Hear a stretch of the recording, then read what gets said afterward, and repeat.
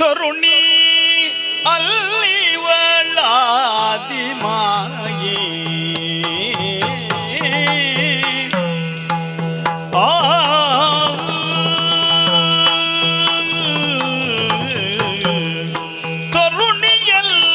ತರುಣಿಯಲ್ಲಿವಳಾದಿ ಮಾಯೆ ತರುಣಿಯಲ್ಲಿವಳು ಆದಿ ಮಾಯೆ ತರುಣಿಯಲ್ಲಿವಳಾದಿ ಮಾಯೆ ದೈತ್ಯವರರ ಸಂಹರಿಸುತ್ತ ತ್ರಿದಶರ ಪೊರೆಯೇ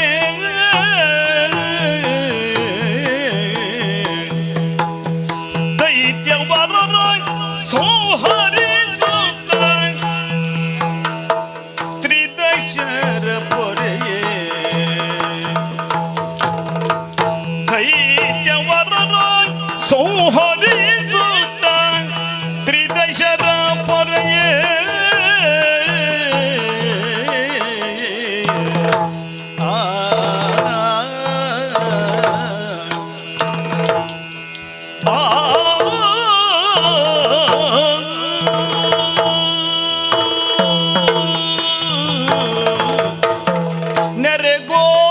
ನೆರೆಗೋಚರಿಸುವಳು ದೊರೆಯೇ ನೆರೆಗೋಚರಿಸುವಳು ದೊರೆಯೇ ಸರ್ವೇಶ್ವರಿಯಲ್ಲಿ ಮೋಹ ಬೀರುವುದು ಸರಿಯೇ ಸರ್ವೇಶ್ವರಿಯಲ್ಲಿ ಮೋಹ ಬೀರುವುದು ಸರಿಯೇ ಓ ದೊರೆಯೇ ಮೋಹ ಬೀರುವುದಿದು ಸರಿಯೇ ಧನುಜೇಶ ಕೇಳೆನ್ನ ಮಾತ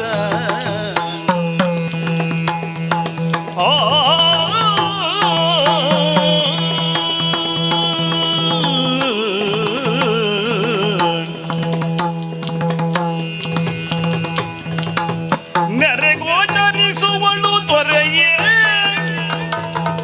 ಸರ್ವೇಶ್ವರಿಯಲ್ಲಿ ಮೋಹ ಬೀರುವುದಿದು ಸರಿಯೇ ಧನುಜೇಶ ಕೇಳೆನ್ನ ಮಾತ ಎನ್ನ ಮಾತ ಧನುಜೇಶ ಕೇಳೆನ್ನ ಮಾತ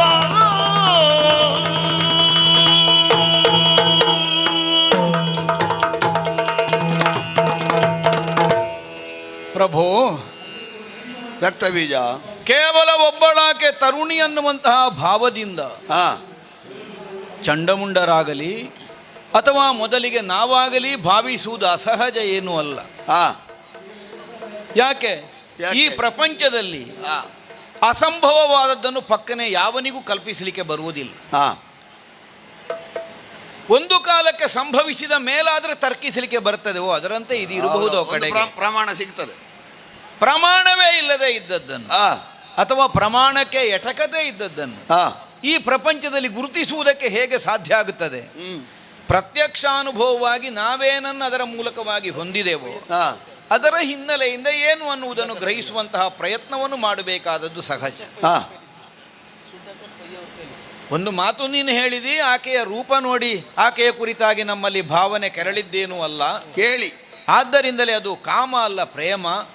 ಕಣ್ಣು ಕೈಕಾಲು ಸರಿ ಉಂಟು ಅಂತ ನೋಡಿ ಅಲ್ಲ, ಅಂತೂ ಕಣ್ಣು ಕೈಕಾಲೆಲ್ಲ ಸರಿ ಉಂಟು ಅನ್ನುವುದಕ್ಕೆ ಅಲ್ಲೋ ಹೊರಟದ್ದು. ಅದೌದು. ಈಗ ಚಂಡಮುಂಡರು ಬಂದು ಹೇಳಿದ್ದು ಅದನ್ನೇ ಅಲ್ವ? ಹೌದು. ಆಕೆಯನ್ನು ನೀನು ಸಂಪಾದಿಸದೇ ಹೋದರೆ ನೀ ತನಕ ಸಂಪಾದಿಸಿದ್ದು ನಿರರ್ಥಕ ಅಂತ ಅನ್ನಿಸ್ತದೆ. ಅಲ್ಲ, ಬರೇ ಕಣ್ಣಿನಿಂದ ಹುಟ್ಟಿದ್ದಲ್ಲ, ಮನಸ್ಸಿನಿಂದ ಹುಟ್ಟಿದ್ದು ಅಂತ ಹೇಳಿ. ಹಾಗಿದ್ರೆ ಅತಿಶಯವಾದದ್ದು ಅನ್ನುವ ಭಾವದಿಂದ ನೀನು ಅದನ್ನು ಅಂಗೀಕರಿಸಿದೆ. ಹೌದು. ಈಗ ಅಲ್ಲದೇ ಇದ್ದರೆ ಚಂಡಮುಂಡರು ಇಷ್ಟರವರೆಗೆ ನೀನು ಸಂಸಾರಿಯೇ ಆಗಲಿಲ್ಲ, ನಿನ್ನೊಂದಿಗೆ ಒಬ್ಬಳಾಕೆ ಪಟ್ಟದ ಮಹಿಷನು ನಮಗೂ ಕಾಣಬೇಕು ಅಂತ ಆಸೆ ಇದೆ ಅನ್ನೋದಕ್ಕಾಗಿ ಆಡಿದ್ದಕ್ಕಾಗಿ ಹೊರಟದ್ದಲ್ಲ. ಅವಳು ಅತಿಶಯವಾದವಳು. ಕೇವಲ ಚಂಡಮುಂಡರ ಮಾತಿನಿಂದಲೇ ನೀನು ಅದನ್ನು ಗ್ರಹಿಸಿದೆ. ನಾನು ಅದನ್ನೇ ಹೇಳಿದ್ದಲ್ವ, ಜೀವಾಗ್ರೆ ಅಲ್ಲ ಕರ್ಣ ಅಂತೆ. ನಾನು ಕೇಳಿ ಅದನ್ನು ಗ್ರಹಿಸಿದ್ದೆ.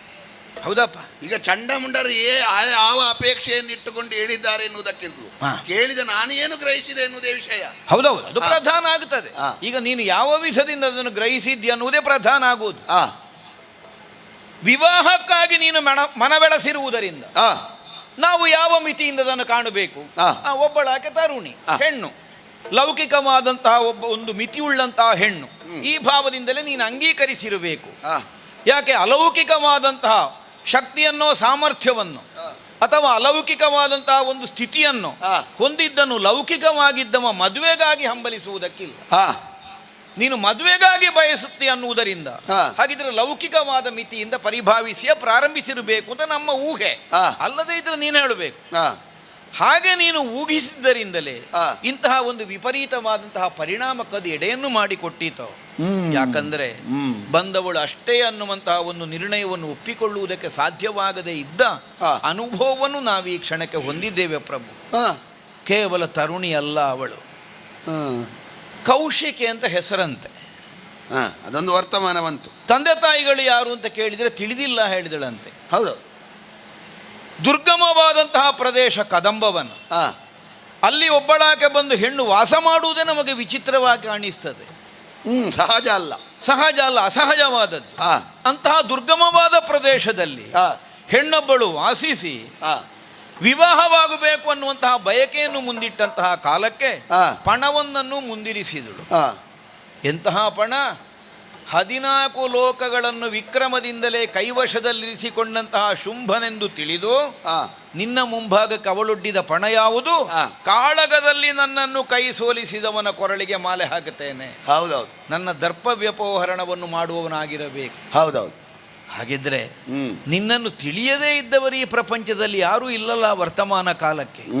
ನಿನ್ನಂಥವನ ಅಭಿಪ್ರಾಯಕ್ಕೂ ಈ ವಿಧವಾದಂತಹ ಒಂದು ಪಂಥವನ್ನೊಡ್ಡುತ್ತಾಳೆ ಎಂದಾದರೆ, ಆ, ಅಥವಾ ಒಡ್ಡಿದ ಪಂಥದಂತೆ ಈ ತನಕ ಊರ್ಜಿತವಾಗಿ ಉಳಿದು ಬೆಳಗುತ್ತಾಳೆ ಅಂತಾದರೆ ಆ, ಅವಳನ್ನು ಸಾಮಾನ್ಯಳೆಂದು ನಾವು ಭಾವಿಸಿದರೆ ತಪ್ಪಾಗಿ ಹೋದಿತು ಪ್ರಭು. ನನಗನ್ನಿಸ್ತದೆ ಇದು ನಮಗೆ ಒಳಿತಿನ ಕಾಲಕ್ಕೆ ಒದಗಿ ಬಂದಂತಹ ಒಂದು ಸುದ್ದಿ ಅಲ್ಲ, ಮತ್ತೆ ಕೇಡುಗಾಲಕ್ಕೆ ಕಾಣಿಸಿದಂತಹ ವರ್ತಮಾನ ಆಗಿರಬೇಕು. ಆ, 14 ಲೋಕಗಳ ವಿಭೂತನವನ್ನು ನೀನು ಹೊಂದಿದ್ದು, ಆ, ಇದೆಲ್ಲ ಸುಖ ಸಂತೋಷವನ್ನು ಅನುಭವಿಸುವುದಕ್ಕೆ ನಮಗೆ ಅವಕಾಶವನ್ನು ಒದಗಿಸಿಕೊಟ್ಟದ್ದು ನಿಜವಾದರೂ ಆ, ಇದನ್ನು ಗಳಿಸಿಕೊಳ್ಳುವಲ್ಲಿ ಅನೇಕರ ಕಣ್ಣೀರಿಗೆ ನಾವು ಕಾರಣರಿದ್ದೇವೆ ಅನ್ನುವುದನ್ನು ನಾವು ಅರಿತವರೇ. ಆ, ಅನೇಕರನ್ನು ಹೊಡೆದಿದ್ದೇವೆ, ಆ, ಹೊಂದಬೇಕಾದಿದ್ದವರನ್ನೆಲ್ಲ ಹೊರಗಿಳಿಸಿ ನಾವೇ ಅದನ್ನು ಬಲದಿಂದ ಉಳಿಸಿಕೊಂಡಿದ್ದೇವೆ. ಪರಾಕ್ರಮ ಅಲ್ವ? ನಮ್ಮ ವಿಕ್ರಮದಿಂದ ನಾವು ಸಂಪಾದಿಸಿರುವುದನ್ನು ಆ, ಕಳೆದುಕೊಂಡವರೆಲ್ಲ ಸಹಮತದಿಂದ ಒಪ್ಪಿಕೊಳ್ಳುವುದಕ್ಕೆ ಸಾಧ್ಯವೋ? ಅದೆಲ್ಲ ನಿರೀಕ್ಷೆ ಮಾಡಲಿಕ್ಕೆ ಇಲ್ಲ ನಾವು. ಒಪ್ಪಿಕೊಳ್ಳುವುದಿಲ್ಲ. ಶಾಪ ಹಾಕುವ ಕೈಲಾಗದೇ ಇದ್ದ ಒಳಗಿಂದ ಒಳಗೆ ಕತ್ತಿ ಮಸೆಯುತ್ತಾ ಇರ್ತಾರೆ, ಯಾವಾಗ ಸಮಯ ಸಂದರ್ಭ ಅಂತ ಕಾಯ್ತಾ ಇರ್ತಾರೆ. ಆ, ಪ್ರಭು, ಓ, ಬಹುಶಃ ಅವರೆಲ್ಲರ ಒಳ ಬುದ್ಧಿ, ಆ, ಆ ಮನಸ್ಸಿನ ವೇದನೆ ಆ. ಇಂದಿನ ದಿನ ಸಾಕಾರವಾಗಿ ಹೆಣ್ಣಿನ ಆಕೃತಿನ ನಮ್ಮ ಕಣ್ಣ ಮುಂಭಾಗಕ್ಕೆ ಬಂತು ಅಂತ ನನಗೆ ಅನ್ನಿಸ್ತದೆ. ನೀನು ನಿಜವಾಗಿ ಭಾವನಾತ್ಮಕವಾಗಿ ಹೇಳುವುದಾ ವಾಸ್ತವವನ್ನು ಹೇಳುವುದು? ವಾಸ್ತವವೇ ಪ್ರಭು. ಅದ್ಯಾಕೆ ನಿನಗೆ ಕಂಡಿತು? ಭಾವನೆ ಬೇರೆ, ವಾಸ್ತವ ಬೇರೆ ಆದರೆ ಆ. ಪರಿಣಾಮವೂ ವ್ಯತ್ಯಾಸ ಆಗಿ ಹೋಗ್ತದೆ. ಹೌದೌದು. ಭಾವನೆಯೂ ವಾಸ್ತವವು ಒಂದಾದಾಗ ಆ. ಪರಿಣಾಮವೂ ಏಕವಾಗಿರುತ್ತದೆ. ಅಲ್ಲ, ಕೆಲವೊಮ್ಮೆ ಹೇಳಲಿಕ್ಕುಂಟು ಅವರ ಶಾಪದ ರೂಪವೇ ಬಂತ, ಹಾಗೆ ಭಾವನಾತ್ಮಕವಾಗಿ ಹೇಳುವುದಲ್ಲ. ಅಲ್ವೇ ಅಲ್ಲ. ಅದೇ ಹೌದಾದರೆ ಆ, ಯಾರ ಶಾಪವು ನಮಗೆ ಬೇಡ ಅನ್ನೋ ಹಾಗೆ ನಮ್ಮ ಮಿತಿಯಲ್ಲೇ ನಾವು ಬದುಕಬೇಕಿದೆ. ಹೌದು. ನಾವು ಅದಕ್ಕಿಂತ ಆಚೆಗೆ ಕಾಲಿಟ್ಟ ಆಗಿದೆ. ಆ ಶಾಪಕ್ಕೆಲ್ಲ ಎದೆ ಕೊಡುವುದಕ್ಕೆ ಕವಚ ಹಾಕಿಕೊಂಡು ಹೊರಟದನ್ನು ಅಲ್ವಾ? ಹೌದು. ಶಾಪ ಬರ್ತದೆ ಅನ್ನೋ ಹಾಗೆ ಹೆದರಿ ಕುಳಿತುಕೊಳ್ಳುತ್ತಿದ್ರೆ ನಾವು 14 ಲೋಕಕ್ಕೆ ಮುಟ್ಟುತ್ತಲೇ ಇರಲಿಲ್ಲ. ಅಲ್ಲ, ನೀನು ಹೇಳಿದ ವಾಕ್ಯ ಒಳಗುದಿ ಅವರ ಉರಿ ಅದೆಲ್ಲ ಒಂದು ಸಂಕೇತ ಅಂತ ಹೇಳುದು ವಾಸ್ತವ. ವಾಸ್ತವವೇ. ಅದೇ ಹೇಗೆ? ಅದಕ್ಕೆಲ್ಲ ಒಂದು ರೂಪದ ಕಲ್ಪಿತವಾಗಿ ಆ, ಯಾವುದು ನಮಗೆ ಮೃತ್ಯು ರೂಪವೋ ಆ. ಅದರ ಸ್ವರೂಪವೇ ತಳೆದು ಕಣ್ಣ ಮುಂಭಾಗಕ್ಕೆ ಒದಗಿ ಬಂತೋ. ಇದಮಿತ್ತಮ್ಮನ್ನು ಹಾಗೆ ನಿರ್ದಿಷ್ಟವಾದಂತಹ ರೂಪ ಗುಣಗಳಿಲ್ಲದೇ ಇರುವ ಆ, ಒಂದು ದಿವ್ಯ ಶಕ್ತಿ ಇದೆ ಅಂತೆ ಈ ಪ್ರಪಂಚಕ್ಕೆ. ಹಾ, ಅದನ್ನು ಕಣ್ಣಿಂದ ಕಂಡು ಅಳತೆ ಮಾಡಿದವರಿಲ್ಲ. ಇದಮಿತ್ತಮ್ಮನ್ನು ಹಾಗೆ ಅದರ ಕುರಿತು ತೀರ್ಮಾನವನ್ನು ಕೊಡುವುದಕ್ಕೆ ಯಾವ ಬುದ್ಧಿವಂತನಿಗೂ ಸಾಧ್ಯ ಆಗುವುದಿಲ್ಲ. ಯಾಕೆಂದ್ರೆ ಅದಕ್ಕೆ ಸ್ಪಷ್ಟವಾಗಿ ಇಂತಹದೇ ಆಕಾರ ಆಕೃತಿ ಅನ್ನುವಂತಹ ನಿರ್ಣಯ ಇಲ್ಲ. ನಿರ್ಗುಣ, ನಿರ್ಲೇಪ, ನಿರಾಕಾರ ಹೀಗೆಲ್ಲ ಹೇಳ್ತಾರೆ. ಅದುವೇ ಸಾಕಾರಗೊಂಡಿತ.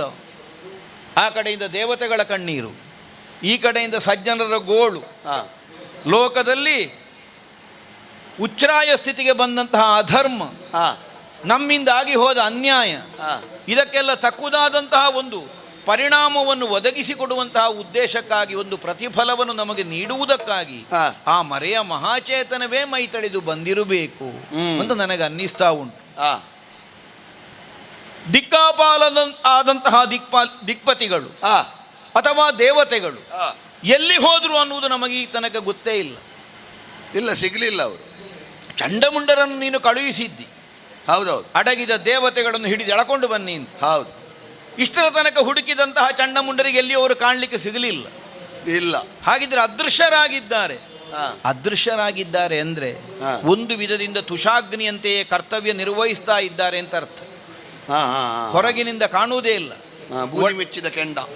ಒಳಗೆ ಹೊಗೆ ಏಳ್ತಾ ಇರ್ತದೆ, ಹೊಗೆಯುತ್ತಾ ಇರ್ತದೆ. ಅದಿದ್ದೀತು ಎಷ್ಟು ಕೂಡ್ತದೆ ಅಂತ ವಿಷಯ ಅಲ್ವಾ? ಹೌದೌದು. ಬಹುಶಃ ಅವರೆಲ್ಲರ ಸಾಂಘಿಕವಾದಂತಹ ಒಂದು ಗೋಳೇನಿದೆ ಹಾ. ಅದರದ್ದೇ ಫಲರೂಪವಾಗಿ ಹಾ. ಅದರ ಪರಿಣಾಮವಾಗಿ ಇಂದಿನ ದಿನ ಈ ಹೆಣ್ಣು ಒದಗಿ ಬಂದಿರಬೇಕು ಪ್ರಭು. ಹಾ. ಆದ್ದರಿಂದಲೇ ಅವಳನ್ನು ಆ, ವರವನಿತೆ ಅಥವಾ ಪರಾವನಿತೆ. ಅದೆಂತದ್ದು? ಹೌದಪ್ಪ, ಪರವನಿತೆ ಅಂದರೆ ಇಹಕ್ಕೆ ಸಂಬಂಧಿಸಿದ್ದಲ್ಲ ಅಂತ ಅರ್ಥ. ಹಾ, ವರವನಿತೆ, ಹಾ. ನೀನು ಏನನ್ನು ವರವಾಗಿ ಕೇಳಿದ್ದೀಯೋ ಹಾ. ಅದೇ ವರದ ವನಿತೆಯೇ ಆಗಿರಬಹುದು ಬಂದವಳು. ಹಾಗೆ ಹೇಳಿದ್ದು ನೀವು. ಹೌದೌದು. ನನಗೆ ವಧುವಾಗದೇ ಇರುವ ವರವನಿತೆ ಅಂತ ಹೇಳಿದ್ದಲ್ಲ, ಹಾ, ಹಾ, ಹಾ. ನಾನು ವಧುವಾಗಿಸಲಿಕ್ಕೆ ಹೊರಟದ್ದು. ಅಲ್ಲ, ಅದು ಒಂದು ಅರ್ಥದಿಂದ ಹೌದು. ಅದು ಹೌದು. ಯಾವುದು ವರವನಿತೆ ಅಂದ್ರೆ? ಎಂದೆಂದಿಗೂ ವಧುವಾಗದೇ ಇರುವವಳು. ಆದ್ದರಿಂದಲೇ ವರವನಿತೆ, ಅವಳೇ ವರ. ಹಾ. ಲೋಕನಾಯಕಿ, ಹಾ. ಸರ್ವೇಶ್ವರಿ, ಹಾ. ಸರ್ವಾತ್ಮಕಿ, ಹಾ. ಸರ್ವ ನಿಯಾಮಕಿ ಹಾ. ಅವಳೇ. ಆದರೆ ಹಾ. ಅವಳಿಗೆ ನಾಯಕನಾಗ್ತೇನೆ ಅಂತ ಹೊರಟರೆ ನಮ್ಮದು ಮರಳುತನವೇ ಆಗ್ಲಿಕ್ಕಿಲ್ವೋ ಪ್ರಭು? ರಕ್ತಬೀಜ. ಓ, ಈಗ ನಿನ್ನ ಕಲ್ಪನೆ ಹಾಗೆ ದೇವತೆಗಳ ಗೋಳನ್ನು ಕೇಳಿ ಬಂದಂತ ಯಾವುದು ಮರೆಯ ಮಹಾಚೇತನ. ನಿರಾಕಾರ ಒಂದು ಆಕಾರ ತಳೆದು ಬರ್ತದೆ ಎಂದಿದ್ರೆ ಆಕಾರ ಎನ್ನುವುದನ್ನು ತಳೆದ ಮೇಲೆ ಅದಕ್ಕೊಂದು ವಿಕಾರ ಇರಬೇಕೋ ಬೇಡವೋ? ಈಗ ಅದೇ ಹೌದಾದ್ರೆ ಮರೆಯ ಮಹಾಚೇತನಕ್ಕೆ ಈ ಛದ್ಮವೇಷ ಯಾಕೆ, ಈ ಪರಿವೇಷ ಯಾಕೆ? ನೇರ ಬರುವುದಪ್ಪ, ಅಥವಾ ಶೋಣಿತದವರೆಗೆ ಬರುವುದು, ಇಲ್ಲದ್ರೆ ಸಂಕಲ್ಪ ಮಾಡುವುದು. ಅದಕ್ಕೆ ಕತ್ತಿ ಬೇಕಾ, ತೊಟ್ಟಿಲು ಬೇಕಾ, ಗಾನ ಬೇಕಾ, ಮತ್ತೊಬ್ಬರನ್ನು ಆಕರ್ಷಿಸುವ ಯಾವುದೋ ಒಂದು ಕಾಂತಿ ಬೇಕಾ, ಶ್ರುತಿ ಬೇಕಾ, ವರ್ಣ ಬೇಕಾ? ಇದೆಲ್ಲ ಯಾಕೆ? ಆಚ್ಛಾದನೆ ಯಾಕೆ? ನೇರ ಬರುವುದಪ್ಪ, ಸಂಕಲ್ಪ ಸಾಕಾಗುದಿಲ್ಲ. ನೀನು ಮರೆಯ ಮಹಾಚೇತನ ಅಂತ ಅಷ್ಟು ದೊಡ್ಡದು ಮಾಡಿದ ಮೇಲೆ ಇಷ್ಟು ಸಣ್ಣದಾಗಿ ಬಂದದ್ದು ಯಾಕೆ? ಅದಕ್ಕೂ ಕಾರಣ ಉಂಟು. ಏನು? ತನಗೆ ಬೇಕಾದಂತೆ ಆಕೃತಿಯನ್ನು ಧರಿಸುವುದಲ್ಲ. ಆ ದಿವ್ಯ ಶಕ್ತಿ ಅಹುದಾದರೆ ತನ್ನ ಭಕ್ತಾದಿಗಳ ಮಾತು ಸುಳ್ಳಾಗದ ಹಾಗೆ ಸದಾ ಕಾಲ ಊರ್ಜಿತವಾಗಿ ಉಳಿಸಿಕೊಳ್ಳುವುದು ಅವಳ ಸಂಕಲ್ಪವೂ ಆಗಿರುತ್ತದೆ. ಅದೇ ಹೇಗೆ? ಯಾರವರ ಭಕ್ತರು ಲೋಕ ನಿಯಾಮಕ ಶಕ್ತಿಗಳು. ಆದಿಮಾಯೆ ಅನ್ನುವ ಹಾಗೆ ನಾವು ಆ ಹೆಣ್ಣನ್ನು ಗುರುತಿಸಿದರೆ ಮೂರು ಮೂರ್ತಿಗಳಿಗೆ ತಾಯಿಯ ಸ್ಥಾನದಲ್ಲಿರುವವಳು. ಸರಿ. ಆದ್ದರಿಂದಲೇ ಮೂರು ಮೂರ್ತಿಗಳು ಆಡಿದಂತಹ ಮಾತು ಸುಳ್ಳಾಗದ ಹಾಗೆ ಸದಾ ಕಾಲ ಅವರನ್ನು ರಕ್ಷಿಸುವಂತಹ ಉದ್ದೇಶಕ್ಕೆ ತನ್ನನ್ನು ಒಪ್ಪಿಸಿಕೊಂಡವಳು. ಸರಿ. ಆದ್ದರಿಂದ ಅದನ್ನು ಸತ್ಯವಾಗಿಸುವುದಕ್ಕೆ ಬೇಕಾಗಿ ಒಂದು ವೇಷ ಬೇಕಾಗ್ತದೆ, ಒಂದು ಅಪೇಕ್ಷೆಯನ್ನು ಹುಟ್ಟಿಸಬೇಕಾಗ್ತದೆ. ಅಷ್ಟನ್ನು ಹುಟ್ಟಿಸುವಲ್ಲಿ ಅದಕ್ಕೆ ಬೇಕಾದಂತಹ ಉಪಾಧಿಗಳನ್ನೆಲ್ಲ ವಿನಿಯೋಗ ಮಾಡಬೇಕಾಗ್ತದೆ. ಪಂಚೇಂದ್ರಿಯಗಳಿಗೂ ಬೇಕಾದಂತಹ ಆಕರ್ಷಣೆಯನ್ನು ಒದಗಿಸಿಕೊಡಬೇಕಾಗ್ತದೆ. ಈ ಕಾರಣಕ್ಕೆ ತನ್ನನ್ನು ಲೌಕಿಕಕ್ಕೆ ಬೇಕಾದ ಹಾಗೆ ವಿನಿಯೋಗಿಸಬೇಕಾಗ್ತದೆ. ಅದರ ಅರ್ಥ ನಾಳೆ ಅವಳು ವಿಕಾರವನ್ನು ಹೊಂದುವುದಕ್ಕೆ ಅಂತ ಅರ್ಥ ಅಲ್ಲ. ಯಾವುದು ಪ್ರತ್ಯಕ್ಷವಾದ ಆಕಾರವೋ ಪ್ರತ್ಯಕ್ಷವಾದ ಆಕಾರಕ್ಕೆ ಅದೃಶ್ಯದ ಸಾಮರ್ಥ್ಯವೂ ಇದೆ. ಅದಕ್ಕೆ ವಿಕಾರ ಹೊಂದಬೇಕು ಅಂತ ಇಲ್ಲ. ಹುಟ್ಟಿದ್ದಾದರೆ ಸತ್ತೇ ಹೋಗಬೇಕಾಗ್ತದೆ ಈ ದೇಹಾವಸಾನಕ್ಕೆ. ಆದರೆ ಯಾವುದು ತನ್ನಿಂದ ತಾನೇ ಪ್ರಕಟಗೊಂಡದ್ದೋ ಅದಕ್ಕೆ ತನ್ನಿಂದ ತಾನೇ ಮರೆಗೊಳ್ಳುವುದಕ್ಕೂ ಸಾಮರ್ಥ್ಯ ಉಳಿಯುತ್ತದೆ. ಆದ್ದರಿಂದ ಅದು ವಿಕಾರ ಹೊಂದುವ ಶರೀರ ಅಲ್ಲ. ನಮ್ಮದಾದರೆ ವಿಕಾರ ಹೊಂದುವ ಶರೀರ. ಇವತ್ತಿಗಿದ್ದಂತಹ ಯೌವನ ನಿನಗೆ ನಾಳೆಗೆ ಇರುವುದಿಲ್ಲ. ಈ ಕ್ಷಣಕ್ಕಿದ್ದ ಯೌವನ ಒಂದು ಕ್ಷಣ ಕಳೆದಾಗ ನಮ್ಮಲ್ಲಿ ಉಳಿದಿರುವುದಿಲ್ಲ. ಅದಾದ್ರೆ ಹಾಗಲ್ಲ. ಶಾಶ್ವತವಾಗಿ ಕಾಣಿಸಿದಂತಹ ಸ್ವರೂಪದಲ್ಲೇ ಶಾಶ್ವತವಾಗಿ ಬೇಕಾದಂತೆ ಅದರ ಸಂಕಲ್ಪದಷ್ಟು ಕಾಲ ಉಳಿಯುವ ಸಾಮರ್ಥ್ಯ ಉಳ್ಳದ್ದು. ಆದ್ದರಿಂದಲೇ ನಮಗೆ ಸಂಬಂಧಕ್ಕೆ ಸರಿಯಲ್ಲ ಹೇಳುವುದು. ಈಗ ಮದುವೆಗೆ ಆಗುದಿಲ್ಲ ಅಂತ ಹೇಳುದು ನೀವು. ಈಗ ಒಪ್ಪಿಕೊಳ್ತೇನೆ ಅಂತಲ್ಲ, ನೀನು ಹೇಳಿದ್ದನ್ನು ಒಪ್ಪಿಕೊಂಡ್ರು ನಮಗೆ ಬಿಡ್ಲಿಕ್ಕೆ ಆಗುದಿಲ್ಲ. ಏನಾಗುದಿಲ್ಲ? ದೇವತೆಗಳ ಪಕ್ಷಪಾತಿನಿಯಾಗಿ ಬಂದಿದ್ದಾಳೆ ಎಂದಾದ ಮೇಲೆ ನಮಗೆ ಏನಿದ್ರು ವಿರೋಧವೇ ಅಲ್ವಾ? ಈಗ ದೇವತೆಗಳ ಪಕ್ಷಪಾತಿನಿಯಾಗಿ ಬಂದವಳು ಮದುವೆಗಾಗುವುದಿಲ್ಲ ಎಂದಾದ್ರೂ ಸಂಗ್ರಾಮ ಬಿಡ್ಲಿಕ್ಕೆ ಆಗುದಿಲ್ಲ. ಯಾಕಂದ್ರೆ ದೇವತೆಗಳ ಪಕ್ಷಪಾತಿನಿಯಾಗಿ ಅವರ ಕಣ್ಣೀರು ಒರೆಸಲಿಕ್ಕೆ ಬಂದಿದ್ದಾಳೆ ಎಂದಾದ್ರೆ ಅವರು ಇಡೀ ಕಣ್ಣೀರು ಸುರಿಸಬೇಕು ಅಂತ ಹೊರಟ ನಾವು ಅವಳನ್ನು ಭೇದಿಸಿ ಆದ್ರೂ ಅವರೆಲ್ಲಿದ್ದಾರೆ ಅಂತ ಹುಡುಕ್ಲೇಬೇಕಲ್ಲ. ದೇವತೆಗಳ ಕಣ್ಣೀರನ್ನು ಒರೆಸುವ ಕಾರ್ಯಕ್ಕಾಗಿ ಬಂದಿದ್ದಾಳೆ ಅಂದ ಮಾತ್ರಕ್ಕೆ ನಮ್ಮನ್ನು ವಿರೋಧಿಸುವುದಕ್ಕಾಗಿ ಬಂದಿದ್ದಾಳೆ ಅಂತ ಅರ್ಥ ಅಲ್ಲಲ್ಲ. ಮತ್ತೆ ಅದೇ ಹೌದಾದರೆ ದೇವತೆಗಳನ್ನು ಹೊಡೆಯುವುದಕ್ಕಿಂತ ಮೊದಲೇ ನಮಗೆ ಅಡ್ಡ ನಿಲ್ಲಬೇಕಿತ್ತು, ನಿಲ್ಲಿಲ್ಲಲ್ಲ. ಅಲ್ಲ ಹಾಗೆ ಕೇಳುವುದಿದ್ರೆ ದೇವತೆಗಳನ್ನು ಹೊಡೆದು ಕೆಲವು ಸಮಯ ಆಯ್ತು. ಹೌದು, ಯುಗ ಯುಗಗಳೇ ಕಳಿ ಇಷ್ಟರ ತನಕವೂ ಬರಲಿಲ್ಲ. ಇಲ್ಲಿಯವರೆಗೆ ಕಣ್ಣೀರು ಸುರಿಸಲಿಕ್ಕೆ ಬಿಟ್ಟದ್ದು ಯಾಕೆ ಅವರು? ಹಾಗಿದ್ರೆ ಕಾರಣ ಏನು? ನಾವಾಗಿಯೇ ಮನ ಪರಿವರ್ತನೆ ಮಾಡಿ ದೇವತೆಗಳ ಕಣ್ಣೀರನ್ನು ಒರೆಸುವ ಕೆಲಸ ಮಾಡ್ತೇವ. ಇನ್ನಾದ್ರೂ ಅವಳು ಬರುವುದೇ ಇಲ್ಲ, ಬರಬೇಕಾದ ಅವಶ್ಯಕತೆ ಇಲ್ಲ. ಇಷ್ಟು ಕಾಲ ಕಳೆದ್ರು ಮತ್ತು ನಾವು ಕಣ್ಣೀರಾಕುವ ಕೆಲಸವೇ ಮಾಡ್ತೇವೆ ಅನ್ನುವಾಗ ಹಾಗಿದ್ರೆ ನಮ್ಮ ಕೆನ್ನೀರನ್ನೇ ಹರಿಸಬೇಕು ಅನ್ನೋ ನಿರ್ಣಯಕ್ಕೆ ಅವಳು ಬರ್ತಾಳೆ. ಅಯ್ಯೋ, ನಮ್ಮಲ್ಲಿ ಬಲ ಕಡಿಮೆ ಆದ್ರೆ ಅಲ್ವಾ ಕಣ್ಣೀರು ಸುರಿಸಬೇಕಾದ್ದು ಬರುವುದು. ನಮಗೆ ದೈನ್ಯ ಬರಬೇಕಾದ ದಾಡಿದ್ರೆ ಏನುಂಟು ಅಂತ ಬೇಕಲ್ಲ. ಅಲ್ಲ, ಇನ್ನುಗೆ ಸಿರಿವಂತಿಗೆ ಎಲ್ಲಿ ಹುಡುಕುವುದು ನಾವು? ಕಳಕೊಂಡದ್ದು ಕಡಿಮೆಯ. ಅಲ್ಪನೆ ಧೂಮ್ರ ಲೋಚನನು, ಅಲ್ಪನೆ ಧೂಮ್ರ ಲೋಚನನು, ಅಲ್ಪನೆ ಧೂಮ್ರ ಲೋಚನನು, ಕೊಲ್ಲುವರೇ ರಣದಲ್ಲಿ ಚಂಡ ಮುಂಡರನು, ಕೊಲ್ಲುವ ಇಬ್ಬರೇ ರಣದಲ್ಲಿ ಚಂಡ ಮುಂಡರನು.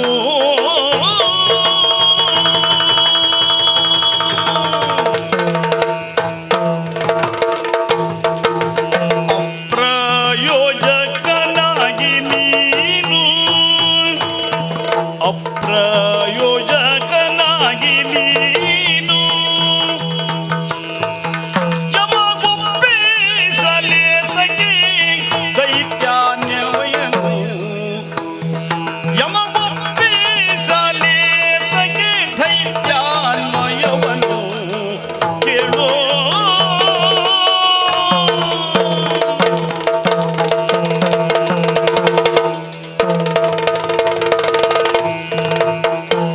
ಧನುಜೇಶ ಕೇಳೆನ್ನ ಮಾತ ಎದಗಿನಿತು ನೀ ಭ್ರಮೆಯಾದೆ ಮನದಲ್ಲಿ ವ್ಯರ್ಥ. ಪ್ರಭೋ, ರಕ್ತ ಬೀಜ ಬಲವಂತರಾಗಿ ಉಳಿದಂತಹ ನಾವು ಕ್ಷಣ ಕ್ಷಣಕ್ಕೂ ದುರ್ಬಲರಾಗುತ್ತಾ ಹೋಗುತ್ತಾ ಇದ್ದೇವೆ. ಹೇಗದು? ನಮ್ಮ ಸೇನಾಧಿಪತಿಯಾದಂತಹ ಧೂಮ್ರಲೋಚನನನ್ನು ನೀನು ಕಳುಹಿಕೊಟ್ಟೆ. ಹೌದು, ಆ ಹೆಣ್ಣಿನೊಂದಿಗೆ ಸೇನೆ ಇಲ್ಲ, ಹೋರಾಡುವುದಕ್ಕೆ ಆಕೆಗೆ ಬೇಕಾದಂತಹ ಬೆಂಬಲ ಇಲ್ಲ. ಆದರೂ ಅವಳದ್ದಾದಂತಹ ಇಚ್ಛಾಶಕ್ತಿಯ ಪ್ರಾಬಲ್ಯ ಎಷ್ಟು ಅನ್ನುವುದನ್ನು ಧೂಮ್ರಾಕ್ಷನನ್ನು ಸುಟ್ಟುರುಹುವುದರ ಮೂಲಕವಾಗಿ ಕಾಣಿಸಿಕೊಟ್ಟರು. ಅಖಂಡವಾದ ಬ್ರಹ್ಮಚರ್ಯ ಪರಿಪಾಲನೆಯ ಮೂಲಕವಾಗಿ ಮರಣವನ್ನೇ ಜಯಿಸಿದ ವೀರರು ಚಂಡಮುಂಡರು. ಹೌದಪ್ಪ, ಬ್ರಹ್ಮಚರ್ಯ ಅವರಲ್ಲಿ ಸ್ಥಿರವಾಗಿರುವ ತನಕ ಅವರಿಗೆ ಸಾವಿಲ್ಲ. ಇದು ಬ್ರಹ್ಮನವರ. ಸತ್ರಲ್ಲ ಚಂಡಮುಂಡರು. ಬ್ರಹ್ಮಚರ್ಯ ಹಾಳಾದ್ರೆ ಅವರು ಸಾಯಲಿಕ್ಕೆ ದೊಡ್ಡ ವಿಷಯವೂ ಅಲ್ಲ ಅಲ್ವಾ? ಹಾಗಿದ್ರೆ ಬ್ರಹ್ಮಚರ್ಯ ಹಾಳಾದದ್ದು ಹೌದಲ್ಲ? ಎಲ್ಲಿಯೋ ಹಾಳಾಗಿರಬೇಕು ತಿರುಗಾಟದಲ್ಲಿ. ಎಲ್ಲಿಯೋ ಹಾಳಾದ್ರೆ ಇಷ್ಟರ ತನಕ ಉಳಿಯುತ್ತಿರ್ಲಿಲ್ಲ, ಅವರು ಅಲ್ಲೇ ಹೋಗ್ತಿದ್ರು. ಅಲ್ಲ, ಅದು ಹೇಳಲಿಕ್ಕೆ ಆಗುದಿಲ್ಲ, ಹಾಳಾದ ಕೂಡಲೇ ಹೋಗಬೇಕು ಅಂತ ಇಲ್ಲ ಅಲ್ಲ. ಅಲ್ಲ, ಹಾಗಲ್ಲ. ಆಮೇಲೆ ಯುದ್ಧ ಆದದ್ದು ತುಂಬಾ ತಡ ಆದ್ಮೇಲೆ ಆದ್ರೆ ಇಷ್ಟರ ತನಕ ಅವರ ಬ್ರಹ್ಮಚರ್ಯ ಹಾಳಾಗುವಂತಹ ಯಾವುದೇ ಒಂದು ಸನ್ನಿವೇಶ ಎದುರಾಗಲಿಲ್ಲ. ಈಗ ಆಗಿದೆ. ಯಾಕೆ? ಈ ಹೆಣ್ಣನ್ನು ನೋಡಿದಾಗ ಮೊದಲಾಗಿ ಆಕರ್ಷಿತರಾದವರು ಚಂಡಮುಂಡರೇ. ಆಕರ್ಷಿತರಾದಂದ್ರೆ ಅಲ್ಲಿಗೆ ಬ್ರಹ್ಮಚರ್ಯ ಹಾಳಾಯಿತು. ನನ್ನಲ್ಲಿ ಹೇಳಿದ ಹಾಗೆ ಒಡೆಯ ನಿನಗೆ ಬೇಕಾಗಿ ಮಾತಾಡಿಸಿದೆವು ಅಂತ. ಹೌದೌದು. ಅದರಲ್ಲಿ ಬ್ರಹ್ಮಚರ್ಯ ಹಾಳಾಗುದೇನು? ನಿನಗೆ ಬೇಕಾಗಿ ಮಾತನಾಡಿಸಿದ್ದೆ ಹೌದಾದ್ರೆ ಬ್ರಹ್ಮಚರ್ಯ ಹಾಳಾಗುವುದಕ್ಕಿಲ್ಲ ಅವರದ್ದು. ಅಲ್ಲ, ಬ್ರಹ್ಮಚರ್ಯ ಹಾಳಾಗುವುದಕ್ಕಿಲ್ಲ. ಇಲ್ಲ, ನಿನಗೆ ಬೇಕಾಗಿ ಮಾತಾಡಿಸಿದ್ದಲ್ಲ ಅವರು. ಅಲ್ಲ, ಅದು ಮತ್ತೆ ಮನಸ್ಸು ಪರಿವರ್ತನೆ ಆದದ್ದಿರ್ಬೇಕು. ಅಲ್ಲ, ಇವಳಲ್ಲೇ ಬ್ರಹ್ಮಚರ್ಯ ಹಾಳಾಗಿದೆ ಎನ್ನುವುದಕ್ಕೆ ಪ್ರಮಾಣ ಏನು ಅಂತ? ಅಲ್ಲ, ಬೇರೆಡೆಯಲ್ಲಿಯೂ ಹಾಳಾಗಿರ್ಬೋದು. ಅಲ್ಲ, ಹಾಗಲ್ಲ. ಬೇರೆಡೆಯಲ್ಲಿಯೂ ಬ್ರಹ್ಮಚರ್ಯ ಹಾಳಾಗುವುದಕ್ಕಿಲ್ವಲ್ಲ. ಯಾಕೆಂದ್ರೆ ಅವರಾಗಿ ಕೇಳಿ ಪಡೆದ ವರ ಅದು. ಅವರ ಮರಣಕ್ಕೆ ಇರುವಂತಹ ಹೊಸಗೆ ಅದು. ಅದೇ ಹೌದು. ಬ್ರಹ್ಮಚರ್ಯ ಹಾಳಾಗದೇ ಇದ್ರೆ ಅವರಿಗೆ ಮರಣ ಇಲ್ಲ. ಬ್ರಹ್ಮಚರ್ಯ ಹಾಳಾದದ್ದು ಇಲ್ಲಿ ಎನ್ನುವುದಕ್ಕೆ ಏನು ನಮಗೆ ಕಾರಣ ಸಿಗುವುದಿಲ್ಲ ಅಂತ. ಅಲ್ಲ, ಮೊದಲೆಲ್ಲಿಯೂ ಬ್ರಹ್ಮಚರ್ಯ ಹಾಳು ಮಾಡಿಕೊಳ್ಳುವುದಕ್ಕೆ ಸಿದ್ಧರಾಗುವವರಲ್ಲ ಅಂತ. ಇಲ್ಲಿಯೂ ಬ್ರಹ್ಮಚರ್ಯ ಹಾಳಾಗುತ್ತದೆ ಅಂತ ಗೊತ್ತಿದ್ರೆ ಅವರು ಮಾತಾಡ್ತಲೇ ಇರಲಿಲ್ಲ. ನನ್ನ ಕಲ್ಪನೆ ಅದು. ಯಾಕೆ? ತನ್ನ ಮರಣದ ದಾರಿಯನ್ನು ತಾನೇ ನಿರ್ಣಯಿಸಿಕೊಂಡ ಮೇಲೆ ಯಾರಾದ್ರೂ ಮರಣಕ್ಕಾಗಿ ಹಂಬಲಿಸುವುದು ಹೌದಾದರೆ ಮತ್ತಂತ ವರ ಕೇಳಿದ್ಯಾಕೆ? ಬರಬೇಕು ಹೇಳಬೇಕಾಗಿರಲಿಲ್ಲ. ಸಾವು ಬರುವ ದಿವಸ ಬರಲಿ, ನಾವು ಬೇಕಾದಾಗೆ ಬದುಕುತ್ತೇವೆ, ಹೀಗೆ ಹೌದು. ಬದುಕಬಹುದಿತ್ತಲ್ಲ. ಹಾಗಿದ್ರೆ ಒಂದು ನಿರ್ದಿಷ್ಟವಾದಂತಹ ಲಕ್ಷ್ಯವನ್ನಿರಿಸಿಕೊಂಡು ಮರಣವನ್ನು ಜಯಿಸಬೇಕು ಅನ್ನುವ ಕಾರಣಕ್ಕಾಗಿ ವರ ಕೇಳಿದವರು ವರದಂತೆಯೇ ಉಳಿದುಕೊಳ್ಳುವುದಕ್ಕೆ ಸಾಧ್ಯವಾಗದೇ ಇರುವುದರಿಂದ ಮರಣವನ್ನು ಕಾಣುವಂತಹ ಸ್ಥಿತಿ ಬಂತು. ನಿನ್ನನ್ನು ಪ್ರಶ್ನಿಸಬೇಕಾದಂತಹ ಅವಶ್ಯಕತೆಯನ್ನು ನಾನು ಮನಗಂಡದ್ದು ಅದೇ ಕಾರಣಕ್ಕೆ. ಏನದು? ನೀನು ಸಾವಿಲ್ಲದೆ ಇದ್ದವ ಅಲ್ಲ, ನಿನ್ನ ಸಾವಿಗೆ ನೀನೇ ಒಂದು ಭಾಷ್ಯವನ್ನು ಬರೆದವ. ಅದಕ್ಕನುಗುಣವಾದಂತಹ ದಾರಿಯಲ್ಲೇ ಇಂದಿನ ದಿನ ನೀನು ಕ್ರಮಿಸುತ್ತಿರುವುದರಿಂದಲೇ ಕೇಳಲಿಕ್ಕೆ ಹೊರಟದ್ದು. ಅರಿತು ಸಾವಿನ ದಾರಿಯಲ್ಲೇ ಕ್ರಮಿಸುವಂತಹ ಉದ್ದೇಶ ಯಾಕೆ? ನಮಗದು ಸಾವಿನ ಸ್ಥಾನ, ಆದ್ದರಿಂದ ಅವಳ ಸುದ್ದಿ ಬೇಡ. ಅಲ್ಲ, ನಿನಗೆ ರೋಗ ಉಂಟು ಅಂತ 1000 ಜನ ಹೇಳ್ತಾರೆ. ರೋಗಕ್ಕೆ ಮದ್ದೇನು ಅಂತ ಬೇಕು. ರೋಗ ಉಂಟು ಅಂತ ಎಲ್ಲರಿಗೂ ಹೇಳಲಿಕ್ಕೆ ಆಗ್ತದೆ. ಈಗ ನಮಗೆ ಸೋಲು ಬಂದಿದೆ ಅಂತ ಹೇಳುದು ನೀನು. ಧೂಮ್ರಲೋಚನ ಸತ್ತ, ಚಂಡಮುಂಡರ ಹನನಾಯಿತು. ಈಗ ಸೋಲೇ ಇಲ್ಲದ ಬದುಕಲ್ಲ ಶುಂಭನದ್ದು. ಈಗ ದೇವಲೋಕಕ್ಕೆ ನಾನು ದಾಳಿ ಮಾಡುವಾಗ ಮೊದಲಿಗೆ ನಿಶುಂಭ ಬೀಳಲಿಲ್ವಾ? ನನ್ನ ತಮ್ಮ ಮೂರ್ಛಾಗತನಾಗಿ ಬಿದ್ದ ಅಂತ ಬಿಟ್ಟು ಬರ್ತಿದ್ರೆ ದೇವಲೋಕ ಸಿಗ್ತಿರ್ಲಿಲ್ಲ. ತಮ್ಮ ಬಿದ್ದರೂ ನಾನು ಬಿಡುವುದಿಲ್ಲ ಅಂತ ಹೊರಟ ಕಾರಣ ದೇವಲೋಕ ಸಿಕ್ಕಿದ್ದು. ಈಗ ಚಂಡಮುಂಡ ಧೂಮ್ರಾಕ್ಷರು ಬಿದ್ದಿದ್ದಾರೆ ಎನ್ನುವ ಕಾರಣಕ್ಕಾಗಿ ನಾನು ಬಿಟ್ಟು ಹೊರಟ್ರೆ ಏನು ಪ್ರಯೋಜನ ಸಿದ್ಧಿ ಆಗ್ತದೆ? ಅಥವಾ ನಾನು ಹೊರಟರು ಸೋಲು ಬರ್ತದೆ ಅಂತ ಆದ್ರೆ ಈಗ ಪ್ರಕರಣಕ್ಕೆ ತೊಡಗಿಕೊಂಡಾಗಿದೆ ಅಲ್ವಾ ಪ್ರಭು? ಹಿಡಿದಾಗಿದೆ ಅಲ್ವಾ? ದೇವಲೋಕದ ಯುದ್ಧದಂತೆ ಈ ಹೆಣ್ಣಿನ ಪ್ರಕರಣ ಅಂತ ಭಾವಿಸಿದೀಯ? ಮತ್ತೆ ಬಿಟ್ಟು ಬಿಡಿ. ಬಿಡು ಮನದ ಮೂರ್ಖತೆಯ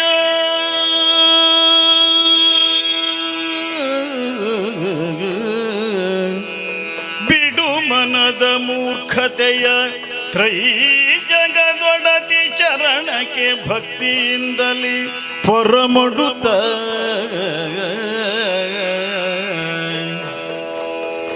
ತ್ರೈ ಜಗ ಒಡತಿ ಚರಣಕ್ಕೆ ಭಕ್ತಿಯಿಂದಲೇ ಪೊರಮಡುತ್ತ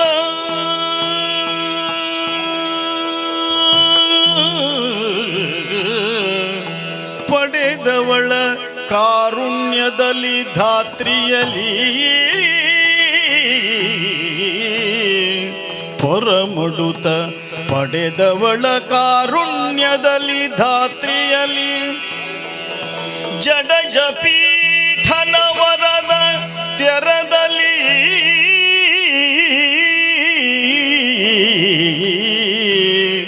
ಧಾತ್ರಿಯಲಿ ಜಡಜ ಪೀಠನ ವರದ ತೆರದಲ್ಲಿ ಪಡೆದು ಸುಖವನು ಬಾಳುವುದೆನುತ ನೀತಿಯ ನುಡಿಯೇ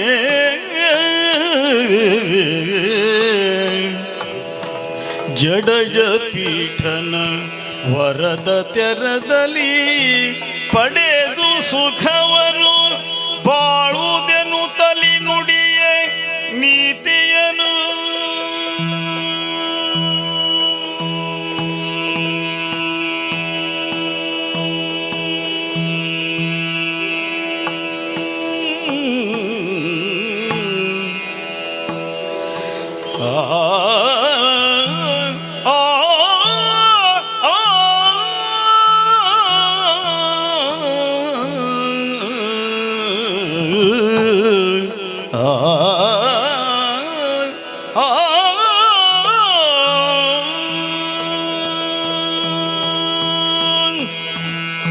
ಪ್ರಭು, ರಕ್ತಬೀಜ ಈ ಮೊದಲಿನ ಕಾಳಗದಲ್ಲೆಲ್ಲ ನಮ್ಮವರು ಸೋತ ಕಾಲಕ್ಕೆ ನಿನ್ನದ್ದಾದಂತಹ ಪ್ರಯತ್ನದ ಮೂಲಕವಾಗಿ ಗೆಲುವನ್ನು ಹೊಂದಿಸಿಕೊಳ್ಳುವುದಕ್ಕೆ ಸಾಧ್ಯ ಆಗಿದೆ. ಹೌದು, ದೇವಲೋಕದ ಯುದ್ಧ ಇರಬಹುದು, ಲೋಕಾಂತರಗಳ ಯುದ್ಧ ಇರಬಹುದು.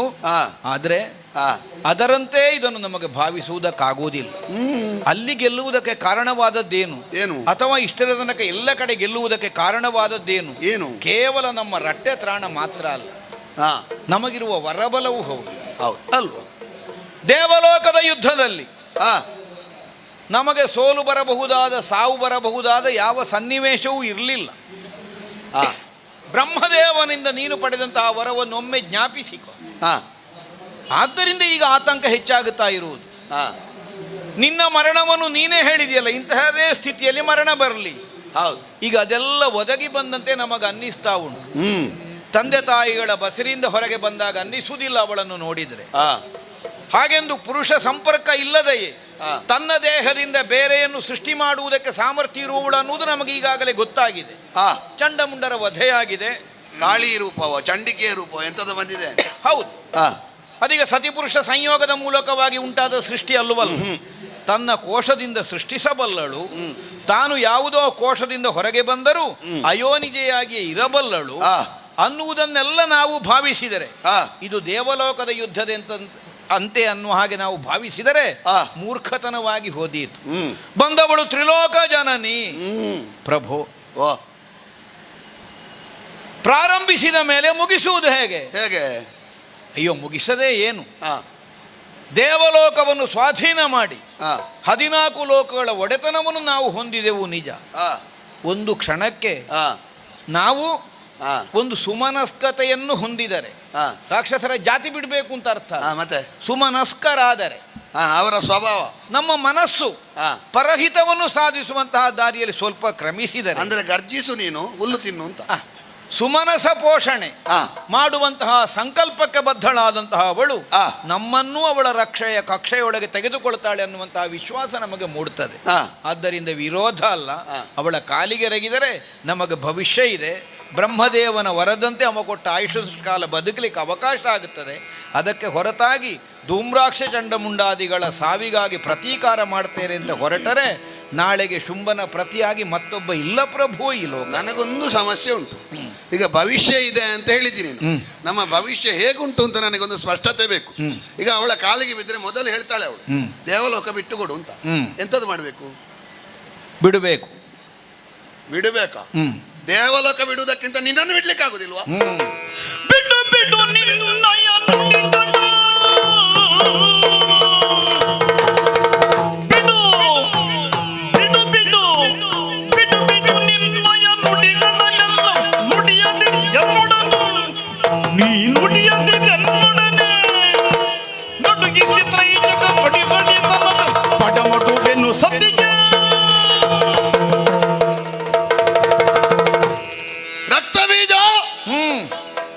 ನಾವು ಉಪಕ್ರಮಿಸುವಾಗ ಅಪಾಯದ ಬಗ್ಗೆ ಲಕ್ಷ್ಯ ಇಲ್ಲದೆ ಹೆಜ್ಜೆ ಇಡುವುದಾದ್ರೆ ಶೋಣಿತದ ಯಾವುದೋ ಗುಡಿಸಲಿನಲ್ಲಿ ನಾವು ಸುಖವಾಗಿ ಬದುಕಬಹುದಿತ್ತು.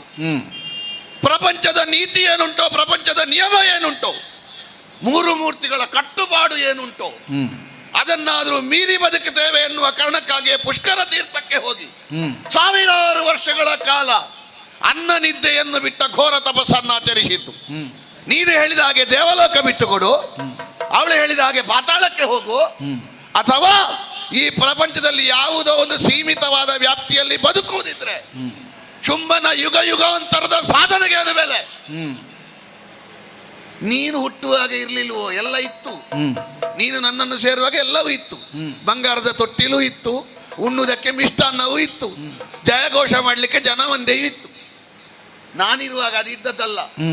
ಎಡದಲ್ಲಿ, ಬಲದಲ್ಲಿ, ಮುಂದುಗಡೆಯಲ್ಲಿ, ಹಿಂದುಗಡೆಯಲ್ಲಿ, ಇಡೀ ಪ್ರಪಂಚದ ಎಲ್ಲ ಕಡೆಯಲ್ಲಿ ರಾಕ್ಷಸರ ಬಗ್ಗೆ ಒಂದು ನಿರ್ಲಕ್ಷ್ಯ ಭಾವ ಇದ್ದದ್ದು. ಆ ನಿರ್ಲಕ್ಷ್ಯ ಭಾವದ ಕತ್ತಲನ್ನು ಹೊಡೆದೋಡಿಸಿ ಕತ್ತಲಿನ ಸಾಮ್ರಾಜ್ಯವನ್ನು ದೇವಲೋಕದವರೆಗೆ ಪಸರಿಸುವುದಕ್ಕೆ ನಾವೆಷ್ಟು ಶ್ರಮ ಪಟ್ಟಿದ್ದೇವೆ ಅಂತ ನಿಮಗೆ ಗೊತ್ತುಂಟ?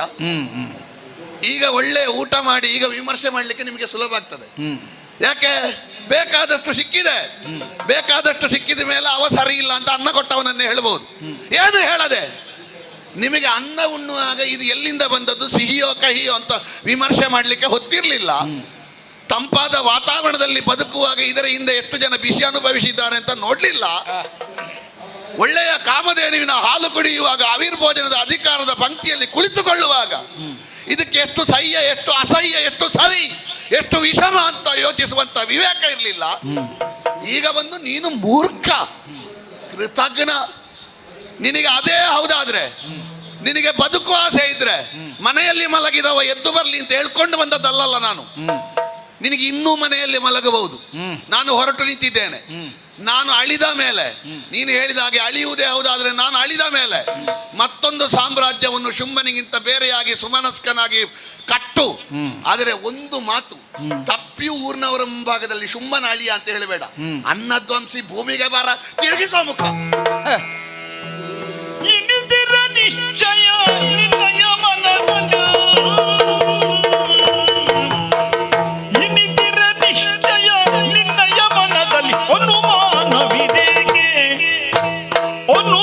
ಮನವಿದೇಗೆ ಯಮಗಾಜ್ಞೆಯ ಪಡು ಕ್ಷಣದಲ್ಲಿ ಹೋಪೆನು ವನಿತೆಯೊಡನೆ ದೂರಕ್ಕೆ ಬಂದುದರ ಹಿಂದಿರುವ ಔಚಿತ್ಯ, ಆಡುವುದರ ಹಿನ್ನೆಲೆಯಲ್ಲಿರುವಂತಹ ಮುನ್ನೋಟ, ಇದನ್ನು ಗ್ರಹಿಸುವುದಕ್ಕೆ ಸಾಮರ್ಥ್ಯ ಇಲ್ಲದೆ ಇದ್ದವ ಅಲ್ಲ ನೀನು. ನೀನೇ ಹೇಳಿದ ಹಾಗೆ ಬರಬೇಕು ಅನ್ನುವ ಹಾಗೆ ನಿರ್ಬಂಧ ಇತ್ತು ನನಗೆ. ನಾನಾಗಿ ಎದ್ದು ಬಂದಿದ್ದೇನೆ. ಕೇವಲ ನಿನ್ನ ಸಾವನ್ನು ಒಪ್ಪಿ ನಾನೊಬ್ಬ ಬದುಕಿ ಉಳಿಯುತ್ತೇನೆ ಅನ್ನುವಂತಹ ಭಾವವೇ ನನ್ನದ್ದು ಹೌದಾದರೆ ನಾನು ಯಾಕೆ ಬರಬೇಕು? ಮೊದಲು ನೀನು ಸಾಯಿಲಿಂದ್ರೆ ಸಮಯ ಕಾಯಬೇಕಿತ್ತು. ಒಳಗೆ ಇರು ಅಂತ ಹೇಳಿದ್ದು ನಾನು ಅಲ್ಲ, ಹೇಳಿದ್ ನಾನು. ನಿನ್ನ ಅಳಿವಿನ ಮರು ದಿವಸಕ್ಕೆ ಆಳುವವ ನಾನಾಗಬೇಕು ಅನ್ನುವ ಭಾವ ನನ್ನದ್ದಾದರೆ ಅಳಿವಿನಂಚಿಗೆ ಸೇರಿದ ನಿನ್ನನ್ನು ಪ್ರಶ್ನಿಸಬೇಕಾದ ಅವಶ್ಯಕತೆ ಇರಲಿಲ್ಲ. ಸರಿ, ಒಂದು ಕೈ ಹೆಚ್ಚಿಗೆ ಕೊಡಬೇಕಿತ್ತು ಹಿಂದಿನಿಂದ, ಬೇಗ ಬೀಳಿ ಹೊಂಡಕ್ಕೆ ಅಂತ. ಸರಿ, ಹಾಗಲ್ಲ ಮಾಡಿದ್ದು. ನಿನ್ನನ್ನು ಉಳಿಸಿಕೊಳ್ಳುವ ಉದ್ದೇಶಕ್ಕಾಗಿ ಆಡಿದ್ದು. ಪ್ರಭೋ, ಸಾಧನೆಯ ಮೌಲ್ಯ ಸಿದ್ಧವಾಗುವುದು ಯಾವಾಗ? ಎಷ್ಟು ಗಳಿಸಿಕೊಂಡಿದ್ದಾನೆ ಅನ್ನುವುದರಿಂದ ಅಲ್ಲ, ಅದನ್ನು ಎಲ್ಲಿಯ ತನಕ ಉಳಿಸಿಕೊಂಡಿದ್ದಾನೆ ಅನ್ನುವುದರಿಂದ. ಗಳಿಸಿದ್ದನ್ನು ಉಳಿಸಿಕೊಳ್ಳುವುದಕ್ಕೆ ಬರುವುದಿಲ್ಲ ಅಂತಾದ್ರೆ ಗಳಿಸಿದ್ದು ಯಾಕೆ ಅನ್ನುವ ಪ್ರಶ್ನೆ ಬರ್ತದೆ. 14 ಲೋಕಗಳ ಒಡೆತನವನ್ನು ಹೊಂದಿದಿ, ನಾಗಪಾಲಕರುಗಳನ್ನೆಲ್ಲ ಹೊಡೆದಟ್ಟಿದೆವು. ಇದರ ಮೂಲಕವಾಗಿ ಆದದ್ದೇನು? ಇಂದೀಗ ನಮ್ಮ ಮುಂಭಾಗದಲ್ಲೇ ನಮ್ಮ ಮೃತ್ಯು ದೇವತೆ ತಾಂಡವ ನೃತ್ಯವನ್ನಾಡುವಾಗ ನಮಗೆ ತಡೆಯುವುದಕ್ಕೆ ಸಾಮರ್ಥ್ಯ ಇಲ್ಲದೆ ಹೋಯಿತು. ಯಾಕೆ ಉಳಿಸಿಕೊಳ್ಳಿಕ್ಕಾಗಲಿಲ್ಲ ನಮ್ಮವರನ್ನು, ಧೂಮ್ರಾಕ್ಷ ಚಂಡಮುಂಡಾದಿಗಳನ್ನು? ಇಲ್ಲಿ ನಾವು ಯೋಚಿಸಬೇಕಾದದ್ದು, ಕಳಕೊಳ್ಳುತ್ತಾ ಇದ್ದೇವೆ. ಆದ್ದರಿಂದ ಕಳಕೊಳ್ಳುವ ಕಾಲದಲ್ಲಿ ಒಬ್ಬ ಬುದ್ಧಿವಂತನಾದವ ಮಾಡಬೇಕಾದದ್ದೇನು? ಪೂತಿ ಮುಳುಗುವುದಲ್ಲ, ಉಳಿಯುವುದಕ್ಕೆ ಎಷ್ಟು ಸಾಧ್ಯ ಆಗ್ತದೆ ಅಷ್ಟನ್ನು ಉಳಿಸಿಕೊಳ್ಳುವುದಕ್ಕಾಗಿ ಪ್ರಯತ್ನಿಸಬೇಕು. ಅಲ್ಲದೆ ಹೋದ್ರೆ ಅದಕ್ಕೆ ಮೂರ್ಖತನ ಅಂತ ಹೆಸರು. ಆದರೆ ಅರಿತು ಬರುವ ಮರಣವನ್ನಾದರೂ ಮಹಾನವಮಿ ಎಂದು ಭಾವಿಸಿ ಸ್ವೀಕರಿಸುವುದಕ್ಕೆ ನೀನು ಸಿದ್ಧ ಹೌದು ಅಂತಾದರೆ ನನ್ನದ್ದಾದಂತಹ ನಿನ್ನ ಕುರಿತಾದ ನಿಷ್ಠೆಗೆ ನಾನು ದೃಷ್ಟಾಂತ ಕೊಡ್ತೇನೆ. ಮನೆ ಒಳಗೆ ಹೋಗುವುದಲ್ಲ, ನಿನಗಿಂತ ಮೊದಲು ನಾನು ಬಲಿಯಾದೇನು, ಕೊಡಪ್ಪಣೆ, ನಾನು ಹೋಗ್ತೇನೆ. ರಕ್ತ ಬೀಜ ಉಳಿಸಿಕೊಳ್ಳಿಕ್ಕಾಗ್ಲಿಲ್ಲ ಅಂತ ಚುಂಬನ ಉಸಿರು ಅಳಿದ ಮೇಲೆ ಹೇಳು. ಒಂದೋ ಅಳಿದ ಧೂಮ್ರಾಕ್ಷ ಚಂಡಮುಂಡರನ್ನು ಅವಳ ಮೈಯಿಂದ ತರಿಸಿ ಏನು? ಇಲ್ಲ, ಅಳಿದ ಧೂಮ್ರಾಕ್ಷ ಚಂಡಮುಂಡರಿಗೆ ಬೇಕಾಗಿ ನಾನೇ ಅಳಿದೇನು. ಆ ಒಂದು ತತ್ವವನ್ನು ಒಪ್ಪಿಕೊಂಡು ನನ್ನ ಅಳಿಯನಾಗಿ ಹೋಗ್ತೀಯೋ, ನಾಲ್ಗೆಯ ತುದಿಯಿಂದ ತರುಣಿಯಲ್ಲ ಅವಳ ಆದಿಮಾಯ ಅಂತ ಹೇಳು. ಮತ್ತೊಂದು ಹೇಳು, ನಿನ್ನ ರಕ್ತದ ಗುಣದಲ್ಲಿ ರಕ್ಕಸತ್ವ ಇರುವುದು. ಹೋಗುವ ಅದೇ ಹೌದು, ಅನುಮಾನ ಇಲ್ಲ. ನಿನ್ನ ಮರಣ ನಾನು ನೋಡಲಾರೆ. ನಡೆಯುತ್ತೇನೆ ಕದಂಬವನಕ್ಕೆ.